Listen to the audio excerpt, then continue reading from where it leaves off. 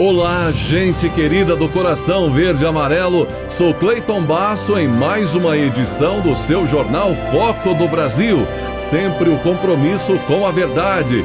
E ficamos sempre felizes em saber de qual lugar abençoado do Brasil ou do mundo você nos assiste. Então responda aí, diga de qual lugar maravilhoso, de onde você está, deixe o seu comentário, sua opinião, participe do chat ao vivo e, muito importante, veja se o sino de notificações está ativado.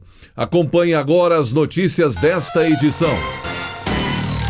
O presidente Jair Bolsonaro e o ministro da Infraestrutura, Tarcísio de Freitas, entre outras lideranças do governo, estiveram em São Simão, Goiás, para entregar antecipadamente um novo trecho da ferrovia Norte-Sul. Com esta cerimônia, marca-se a entrega do trecho necessário para finalmente tornar a ferrovia Norte-Sul totalmente operacional. Senhoras e senhores, com a palavra o presidente da República, Jair Bolsonaro. A atividade essencial é toda aquela necessária para o chefe de família levar o pão para dentro de casa.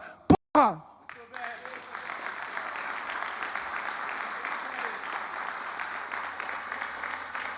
Sempre disse, vamos cuidar da questão do vírus e do desemprego. São dois problemas que temos que tratar com a mesma responsabilidade e de forma simultânea. Lamentamos qualquer morte no Brasil. Que imprensa é essa que nós temos no Brasil que deturpa tudo? Fica com lupa, buscando uma frase minha perdida para me atacar imediatamente? Todos nós vamos sofrer se não tomarmos as medidas certas e com coragem. Herdei um país com uma dívida enorme. Não estou reclamando, agradeço a Deus por essa missão. Imaginem vocês se o PT tivesse ganho as eleições. E falar nesse partido do mal, há 2 anos vocês não ouvem falar em MST. É por quê? Fizemos a nossa parte, acabei com o dinheiro de ONG para eles.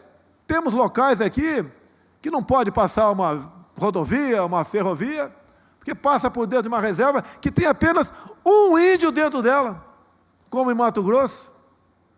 Que país é esse? Que irresponsabilidade é essa? Que imprensa é essa nossa, que transformou-se num partideco político de esquerda? Só crítica. Não tem uma palavra boa. Será que hoje à noite vai ser que eu estava sem máscara de novo? É que, se eu matar a mosca aqui, eu estou ferrado. Não tem santo aqui. Mas o mesmo problema que eu tenho para reduzir impostos, governadores também têm, prefeitos também têm. E temos que buscar uma alternativa para isso. Agora, só nessa economia funcionando e não ficando todo mundo, como quer alguns governadores, né, que fica todo mundo em casa, que a economia te vê depois, é que nós podemos sonhar com dias melhores para todos. Sem dinheiro, sem salário, sem emprego, estamos condenados à miséria, ao fracasso, à morte, a ações que não nos interessam, como distúrbios, saques, greve generalizada, se bem que quem não está trabalhando não vai fazer greve. E nós temos que ter coragem para enfrentar os problemas. Eu apelo aqui, já que foi-me castrada a autoridade, para governadores e prefeitos, repensem a política do fechar tudo. O povo quer trabalhar. Venham para o meio do povo, conversem com o povo.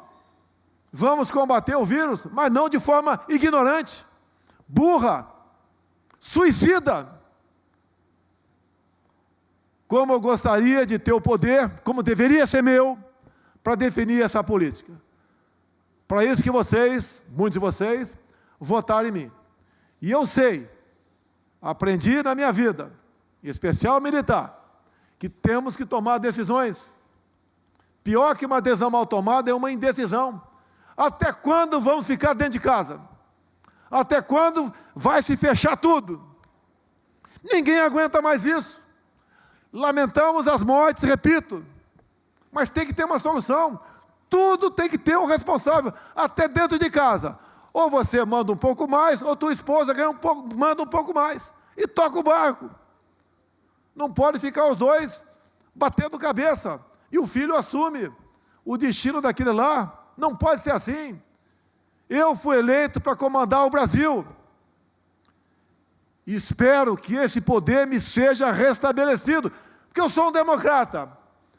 Criticam decisões que tomam contra mim e eu não reajo. Os três poderes são importantes. Temos aqui gente do Legislativo. Costumo dizer também que o Legislativo e o Executivo é quase um poder só. Nós trabalhamos juntos. Não tem como a gente fazer isso se o Poder Legislativo está do nosso lado. Cada vez mais, nós devemos saber os nossos limites. Para eu atravessar lá na Praça dos Poderes, ir ao Legislativo ou ir ao Judiciário, no meio do caminho tem o povo. Povo esse ao qual eu jurei lealdade absoluta. É esse povo que tem que conduzir o destino do Brasil. E eu converso com vocês. De vez em quando alguém xinga, sem problema nenhum. Mas a grande maioria fala-me algo dizendo que estou no caminho certo. Lamento as mortes, repito, antes que comece a falar por aí essa imprensa, que eu estou ignorando morte, pensando em economia. Por que vocês não ouvem falar em vacina, Faria, em países da África, ou em alguns países aqui da América do Sul? Porque não tem dinheiro, não tem economia, então não tem vacina. Se nós destruirmos nossa economia, pode esquecer um montão de coisa. A Rumo não parou, o homem do campo não parou, os militares não pararam, o padeiro não parou. Por que essa frescura de fechar o comércio? Não deu certo ano passado. Até a desacreditada OMS diz que o lockdown não funciona. A todos aqueles que acreditam no seu país, acreditam na sua pátria e querem fazer realmente um Brasil diferente. Não teremos outra oportunidade. Já estamos atrasados. É agora, é com vocês, é juntos construir o novo Brasil. E se muitos brasileiros vão ao encontro do presidente Jair Bolsonaro, tem político que quer cessar esses momentos. O senador Fabiano Contarato, do Partido Rede do Espírito Santo, protocolou uma representação no TCU, que é o Tribunal de Contas da União, pedindo que seja determinada imediatamente a proibição da realização de novos eventos públicos de médio ou grande porte pela Presidência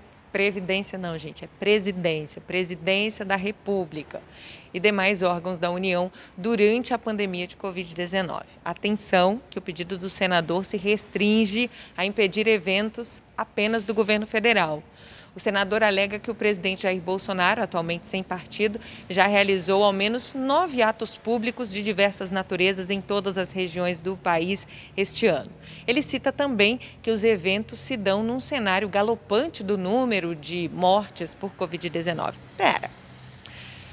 Os eventos durante as eleições, ok. Não, porque a gente notou que houve redução na contagem de vítimas da doença durante o período eleitoral e as multidões que acompanharam os candidatos por todo o país ficaram invisíveis. De repente, a pandemia parecia praticamente extinta. Mas vamos lá.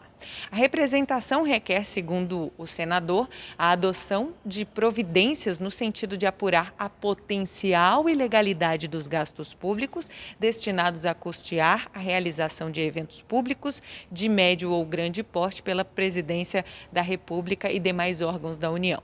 Contarato pede ainda que sejam determinadas diretrizes de acordo com os critérios técnicos previstos por autoridades nacionais e internacionais de saúde para a realização de novos eventos em Brasília ou em outras cidades do Brasil, assim como a limitação do tamanho desses eventos de acordo com os indicadores sanitários da localidade onde se pretende realizá-los. Segundo o senador, cada evento realizado pelo governo tem o potencial de levar à contaminação de dezenas, centenas de pessoas, as quais se tornam elas próprias também vetores de disseminação da Covid-19. o risco, segundo ele, de grave lesão ao interesse público, portanto, está configurado.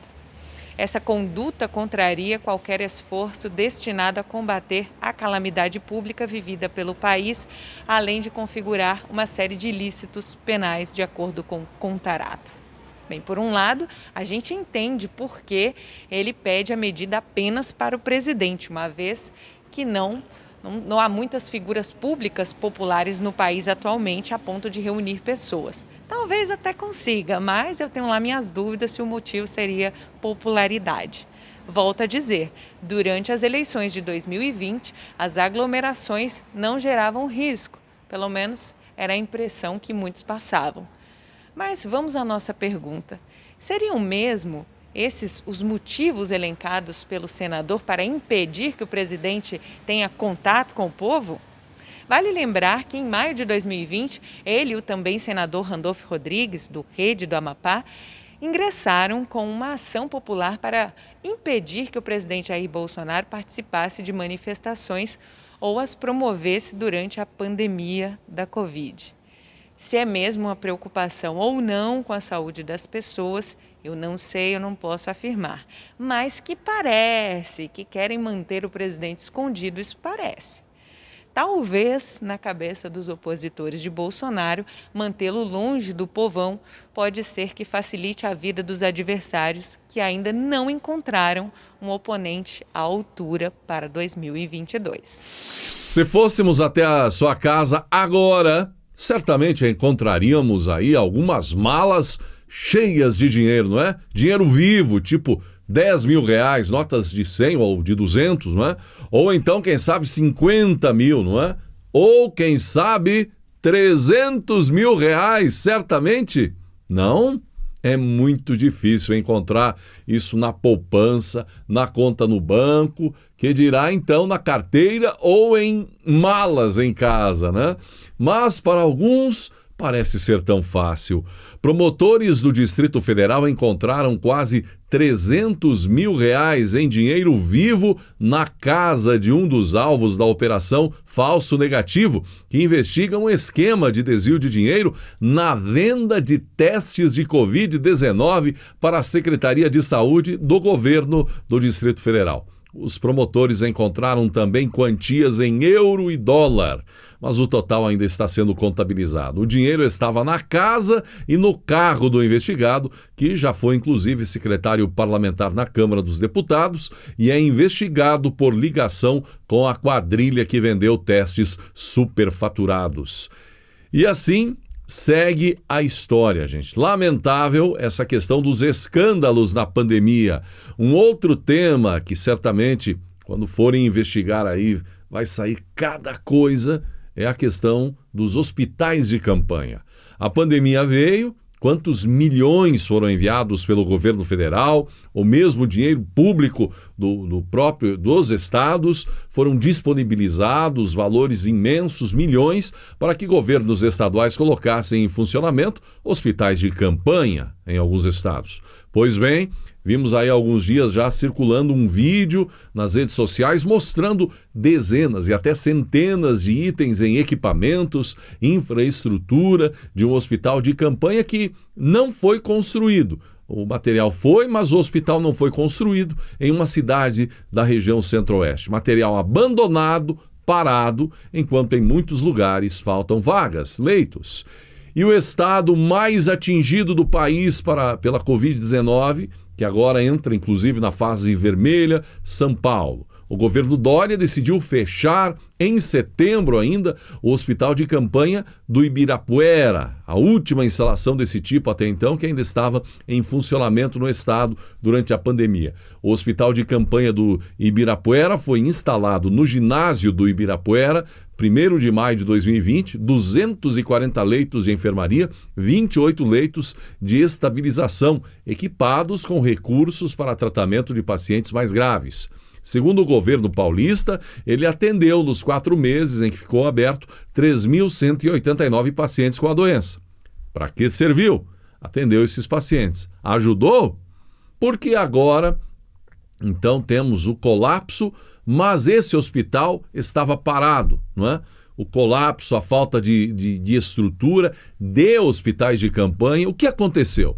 E os demais, em outros estados, as estruturas foram reutilizadas ou também estão todas abandonadas? Pois bem, agora o governo de São Paulo anunciou então em fevereiro ainda a reativação de hospitais de campanha, não mais em tendas, usando espaços de outras estruturas hospitalares, ampliando onde é possível. Já em fevereiro houve reativação de algumas estruturas. Pois bem, o objetivo não é criticar, no caso não é criticar o governo de São Paulo ou qualquer outro governo, mas todos sabem o quão caro é o investimento em estrutura hospitalar neste país. E quantos hospitais carecem de estrutura e, sobretudo, agora de vagas. Temos ainda unidades de pronto atendimento, as UPAs, né, que foram construídas, algumas ainda abandonadas. E, de repente, nos deparamos aí com a falta de estruturas, de leitos, mas com estruturas novas abandonadas em estados e municípios, dinheiro do povo jogado ao lixo, enquanto vidas pedem socorro, pedem vagas. O que é isso, gente? Nós já comentamos esse assunto aqui quando falamos das despesas entre janeiro e fevereiro de 2020. Mas é um tema que causou perplexidade, agora voltando a circular essa informação, trazendo mais dados de gastos com os ex-presidentes do Brasil. Eles que deixaram o cargo, mas não perderam todos os privilégios, incluindo, de forma vitalícia, muitas mordomias que nem em sonho a maioria do povo brasileiro teria e nem consegue imaginar a mordomia e o motivo de tanta mordomia. Hoje em dia, José Sarney, Fernando Collor, FHC, Lula, Dilma e Temer são ex-presidentes. A lei, como sempre, uma lei do Brasil, garante a eles pelo menos 4 servidores bem remunerados para atividades de segurança e apoio pessoal. 2 servidores de cargos em comissão do grupo Direção e Assessoramento superiores das nível 5. E também 2 motoristas. Sem contar com outras mordomias. Aos cofres públicos, os ex-presidentes brasileiros ainda vivos custam um total de aproximadamente 4,5 milhões ao ano, ultrapassando até a marca dos 5 milhões. Os servidores e motoristas são de livre escolha do ex-presidente da República. Além do pagamento dos salários desses assessores, que variam de R$ 2.500 a R$ 13.000, o dinheiro público custeia as despesas com passagens e diárias desses funcionários, além de manutenção, seguro e combustível dos veículos. Você, por exemplo, quando enguiça o seu carro, quem paga a conta da mecânica? Neste caso aqui, os ex-presidentes têm a conta paga para esses veículos. A lei que garante o benefício foi sancionada pelo presidente José Sarney em 1986, depois alterada por FHC e regulamentada por Lula em 2008.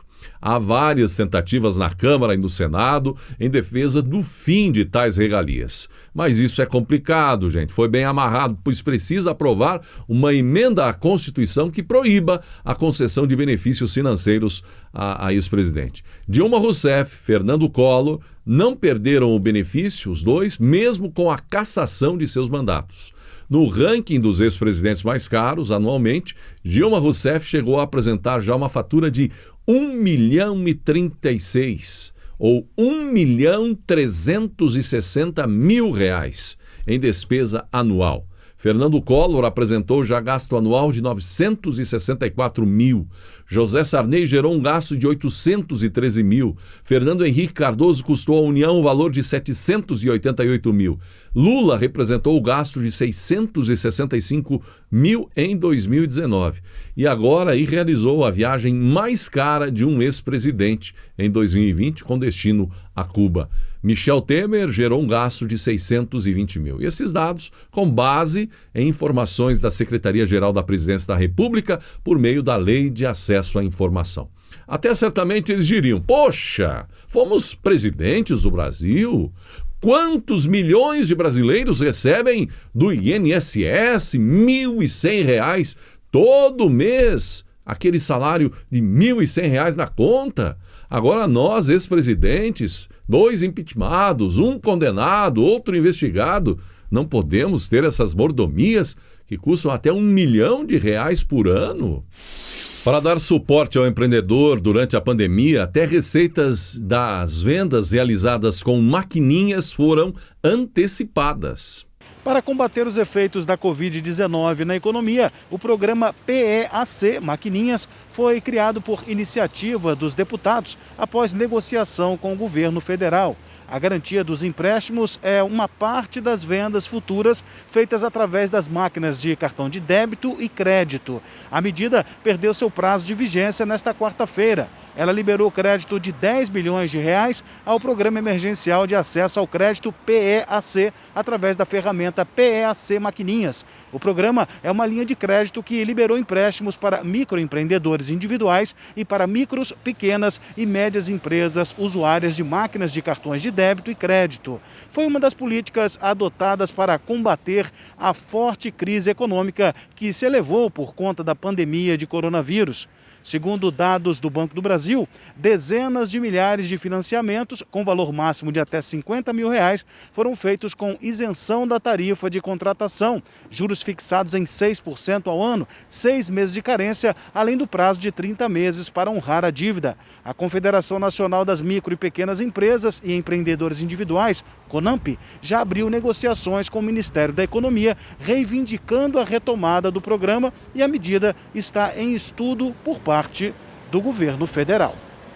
De Brasília, Fábio Santos. Quebra-pau de Ciro e Haddad. Não é novidade que a esquerda nacional está muito dividida. E a situação parece cada dia pior. Fernando Haddad agora jogou Ciro Gomes totalmente à direita. Colocou Ciro, Moro, Mandetta, Huck, Dória, todos à direita, o que não é verdade. A turma do PDT de Ciro não gostou e garantiu que Ciro é de esquerda. Foi o que postou o presidente do partido, Carlos Lupe, estimado Fernando Haddad. Ciro tem um projeto de nação consolidado, profundamente nacionalista, defendendo os trabalhadores e os direitos sociais. Isso não é ser de esquerda. O que é? Dar mais dinheiro aos bancos, que FHC, questionou Lupe, fazendo referência aos lucros obtidos por instituições financeiras durante os governos de Lula e Dilma, ambos petistas. E Ciro Gomes, gente, também não gostou de ser chamado de candidato de direita pelo petista e chamou Haddad de boneco de ventríloco. O comentário foi feito por Ciro quando respondeu uma publicação com foto onde aparecem Lula, Haddad e Paulo Maluf. Ciro escreveu: esqueçamos o boneco, o problema é o ventríloco, relacionando Haddad com Lula. O Conselho Nacional de Secretários de Saúde, que é dirigido por um Lula, que é advogado e não necessariamente alguém da saúde, foi alvo de comentário do jornalista J.R. Guzzo.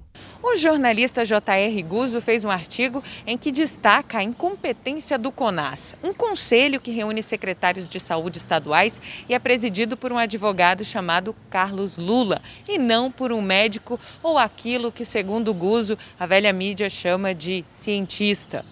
Guzzo destaca a última realização dos membros dessa entidade, que é um manifesto em que propõem medidas extremas para reprimir liberdades públicas e individuais. O objetivo seria de combate à Covid. Entre os desejos dos conselheiros estão a proibição das missas, o fechamento das salas de aulas, recentemente abertas em alguns lugares, o fechamento dos bares, o fechamento das praias, mais barreiras sanitárias e o inédito toque de recolher nacional. Também querem, é claro, tornar legal o estado de emergência, que, como se sabe, tem o extraordinário atrativo de permitir compras sem licitação, como, por exemplo, de respiradores artificiais.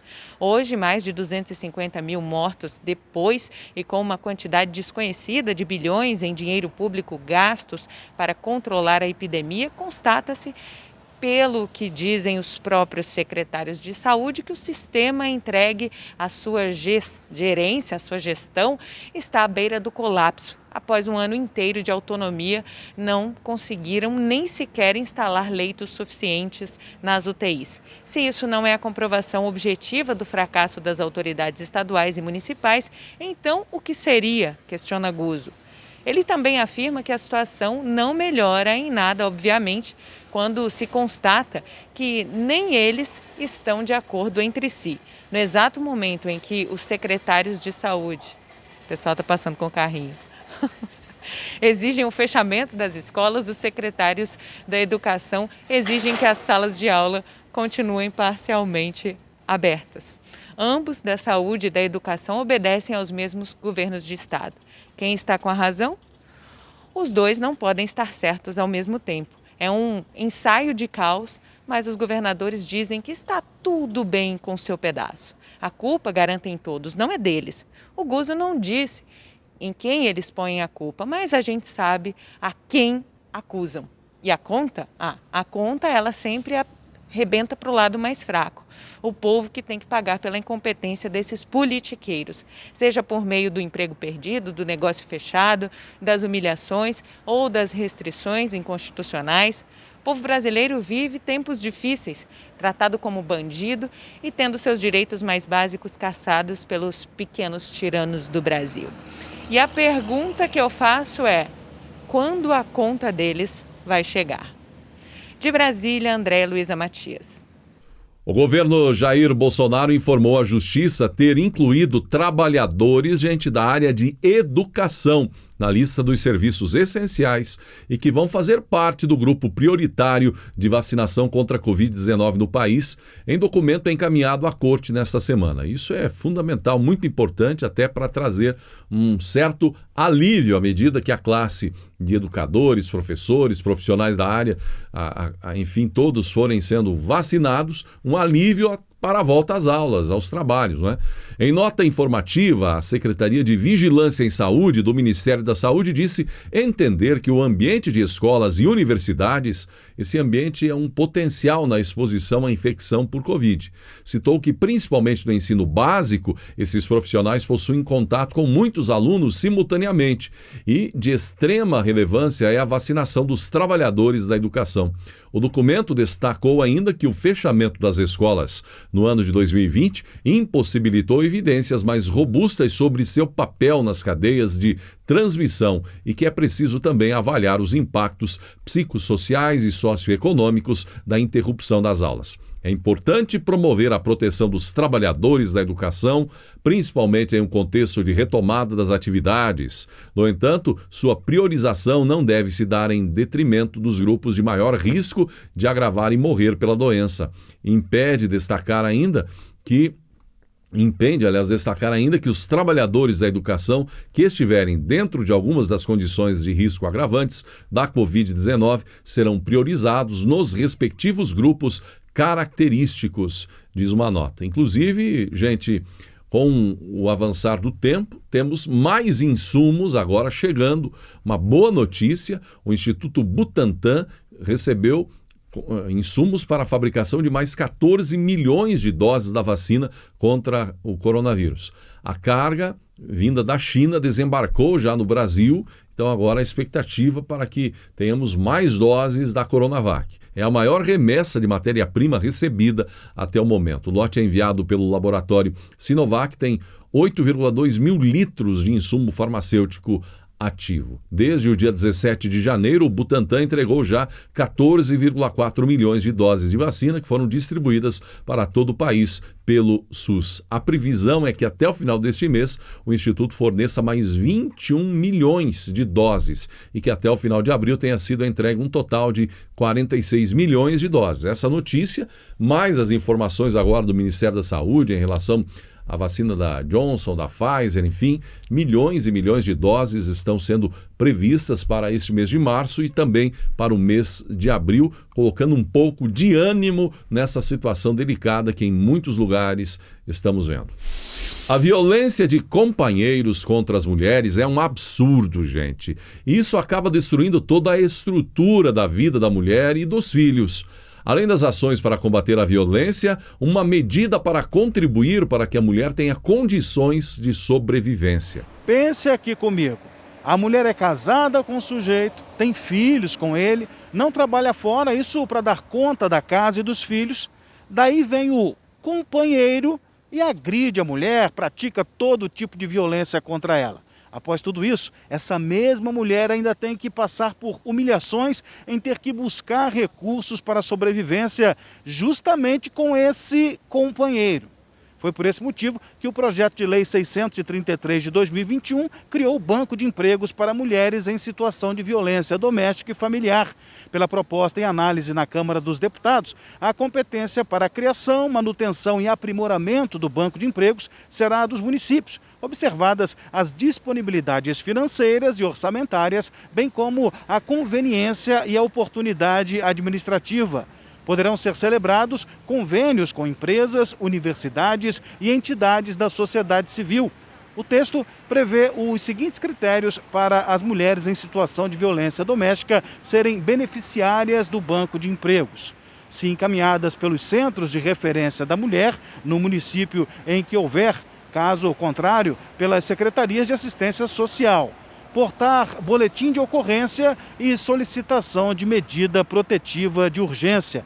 Segundo o autor do projeto, o deputado cearense José Guimarães, as áreas de assistência social, da saúde, educação e habitação serão os pilares para resgatar e reabilitar a mulher para a volta ao convívio social. Para o deputado, tão cruel como a violência sofrida pelo agressor seria deixar a mulher condenada à sua própria sorte, carregando consigo seus filhos e sem nenhuma qualificação profissional para o exercício de alguma atividade para a sua subsistência. A atividade industrial brasileira fechou janeiro de 2021 em um nível mais alto do que o registrado em janeiro de 2020, segundo os indicadores industriais divulgados pela Confederação Nacional da Indústria. O levantamento destaca a alta de 8,7% no faturamento do setor e a alta de 6,7% nas horas trabalhadas na produção. A capacidade instalada registrada em janeiro de 2021 ficou em 79%, número que é 2,2 pontos percentuais acima do que foi registrado no mesmo mês de 2020.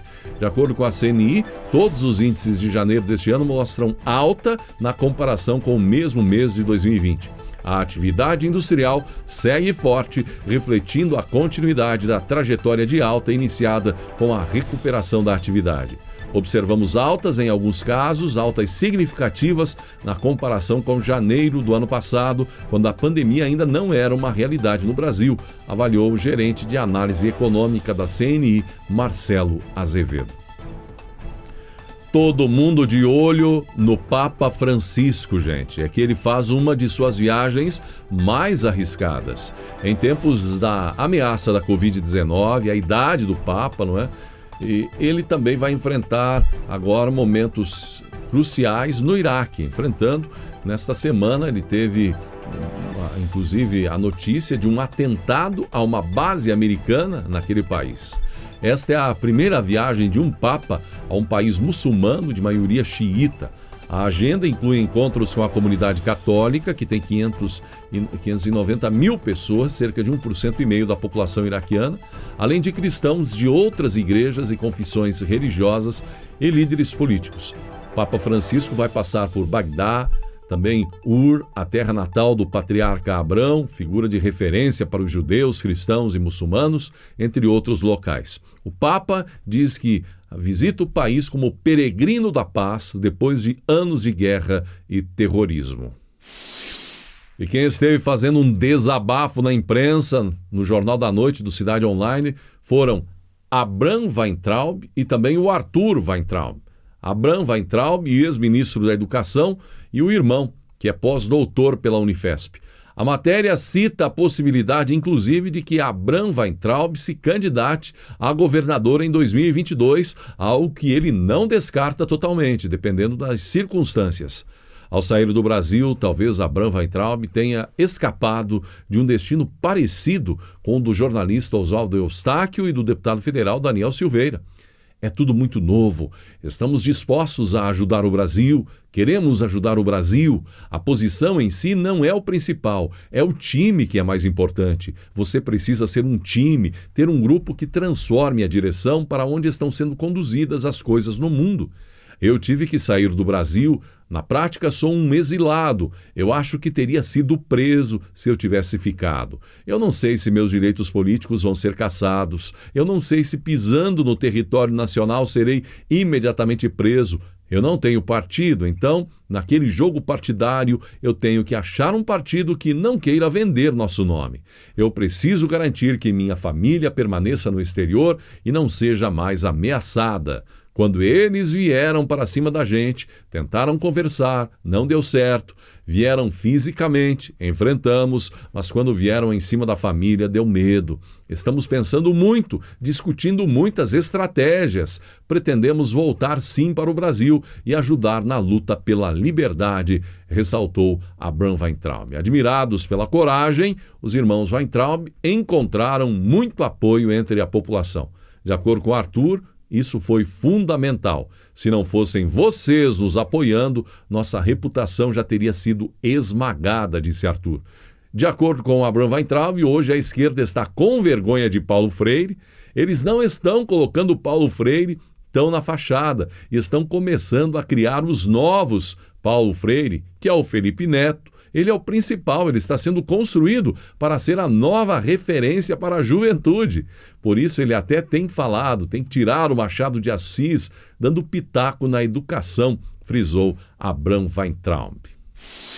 E no final da sua agenda, o presidente Jair Bolsonaro teve mais um encontro com apoiadores no Alvorada. Vitor! Tranquilo? Tá passando, bem. Beleza? Viram, aprenderam a definição de trabalho essencial aí, não? Já chegou aqui ou não? Tudo bem? Posso tirar uma foto contigo? Tudo bem. Muito prazer em conhecê-lo. Olha lá. Eu não tenho... Valeu, obrigado. Obrigado. Vitor. Tudo bem? Olha aí, Raca, tá pegando a mão do nosso Tudo bem? presidente, filha. Tudo bem, senhor? Laura tem 10 anos, você tem 9. Poxa, você deixa eu tirar uma foto. Obrigado, meu presidente. Tudo bem? Tudo bem? O homem dá um oi, filha. Olá, filho, ficou com vergonha. Filha, é filho, oi. Vem, amor, tira fotos também. Bolsonaro? Opa. Tudo bem? Presidente, estamos em suas mãos, hein? Não, que isso, é bom de Estamos em suas Mão mãos. de Deus. Quatro irmãos, prefeito do Rio Grande do Sul. Quatro irmãos do Rio Grande do Sul, Bolsonaro. É. Só porque fazer um vídeo aqui. Pode ou não pode, presidente? Eu sei O senhor autoriza? Não vou responder nada, não. Viu, presidente, nós viemos tão longe porque nós temos esperança do senhor. Nós precisamos de um pedido. Nós precisamos da Transbrasiliana, presidente. Erechim é Passo Fundo. Protocolo lá com o Tarcísio lá, tá? Tá, Não vou beleza. assumir compromisso, não. Não, beleza. Nós vamos através dos deputados aí. Podemos tirar a foto? Vou tirar só o máximo. Aqui, emoção, rapaz. O maior vereador do Brasil sou eu. Mais né? pesado. Bolsonaro. Vamos ser Bolsonaro. Presidente. Presidente, uma fotinha aí. Vem aqui, prefeito, vem mais pra cá. Prefeito Giovan, aqui de Quatro Irmãos. Vem mais pra cá, por favor. Prefeito, primeiro mandato, prefeito? Isso. Tá sofrendo ou tá tranquilo? Não, tá tranquilo. Foi tranquilo nisso. Pode tirar. Mito! Bolsonaro, só vou mandar pra esposa que não pegou direito, tô meio nervoso aí. Esposa? Então, cara, me faz uma lente aí pra mim, Meu pai trabalha 45 anos na mesma empresa, Aqui, minha mãe se aposentou agora há 35 anos. Pode usar aqui, você. Assim, tô nervosa. Senhor presidente, queria dar uma sugestão. O senhor já é o líder da nação, já é o líder militar. Se o senhor tirasse uma vez por semana para reunir todos os religiosos ou fazer uma secretaria, sem remuneração, só para um café, uma coisa para Tenho 2 orar pastores. todo mundo junto. Entre os ministros tenho 3 pastores. Eu sei, eu conheço o Damares, minha amiga. Damares. Foi chefe de É o gabinete do Milton meu e o primo André. lá. Isso. Mas a gente está voluntário, não Tudo faz bem. parte de grupo político. Eu sempre São encontro as com pequenas pastores, sempre igrejas. encontro. Né? Uma Mas vez por semana dia todo. fizesse isso. O dia todo. É uma sugestão. Não. É o sacerdócio real. Eu não posso Ele assumir não tem compromissos religião. de rotina, né? Que eu não Bom, posso cumprir. fica a Mas sugestão. sempre estou. Deus está conosco. Tá, ok. Muito obrigado aí. Já tirou? Obrigado. Tudo bem. É porque eu sei cozinhar sem nada. Porque eu moro aqui do Foi lado. presente assim, né? Eu nem sabia que eu ia ver. Eu sou fã. Eu também sou fã. Peraí. Show, presidente. Amigão, tudo bem? Vou aproveitar para perguntar a parte ali. Um amigo de Fortaleza fez especialmente. Eu comprei 2 milhões de latas só pra mim, pô. Ainda bem que não foi super faturado, né? O homem que mais come leite condensado no mundo. Obrigado. Questão de horas, o carnaval que faz isso. Tirar uma foto com a caneca? Estamos Manabá. Pra mandar pra quem mandou pro senhor, foi o Fernando de Fortaleza. Obrigado, vou tirar. Tira a foto assim. Você quer o celular? Não. Cadê? Presidente, Manabá, no Pará, a única cidade que o senhor ganhou nos 2 turnos. O senhor perdeu no estado todo, mas em Manabá, no Pará, os 2 turnos, o senhor ganhou, tanto o primeiro quanto o segundo. Manabá. Dá uma moral aqui, presidente, por favor. Aí, garoto. Tem só uma pergunta aqui, ó. Nós lá de 4 irmãos, Rio Grande do Sul, gostaria de saber do senhor, qual time que o senhor torce? Grêmio ou Internacional? Grêmio. Brasil de Pelotas. O pessoal colorado tá dizendo que o Grêmio vai ser vice, tá vendo? Ele olhou pra ele? Não olhou não. Juliano. Agora sim. Ok. Aqui, presidente. Para nós, os CACs, com os 4 novos decretos, tá tirando a discricionariedade do delegado de polícia para o porte? Já tirou a efetiva necessidade, não tem que comprovar mais não. Perfeito. Tendo visto o número de mortes por 100 mil habitantes, se não me engano. Sim. É esse o critério. Perfeito. Antigamente, com a discricionalidade, você basicamente não tinha como tirar o porte de nada. Certinho, muito obrigado. Presidente, só que nem eu disse pro senhor, o meu pai e a mãe, 45 anos na minha empresa, é uma alegria muito grande para eles. Manda só um abraço para eles. Eu falo no telefone ali, Ô, seu João, como é que o senhor? Um abraço aí, seu João, beleza? Tô com o filhinho aqui. Valeu. Tudo bem, obrigado aí. Eu tenho orgulho, muito obrigado, presidente. Obrigado, pessoal, obrigado aí. Valeu. Manda um abraço pro povo de 4 irmãos. O Moro que deixou esse prejuízo pro senhor. Dá uma olhadinha lá, com carinho. Bolsonaro? Não é carinho, é questão de competência. Não, eu só tô dando a dica. Eu não sei se pode ainda, pode salvar. Eu olhei a legislação. Grava aí, Ney. Eu não sou funcionária de nenhum lugar. Juliano, vem gravar. Manda um abraço pro nosso... É só uma sugestão. Bolsonaro? Presidente? Vamos ver a bandeira desse. Olha só a bandeira. Poxa, que bom que eu vim conhecer o senhor. 2022, por favor, viu?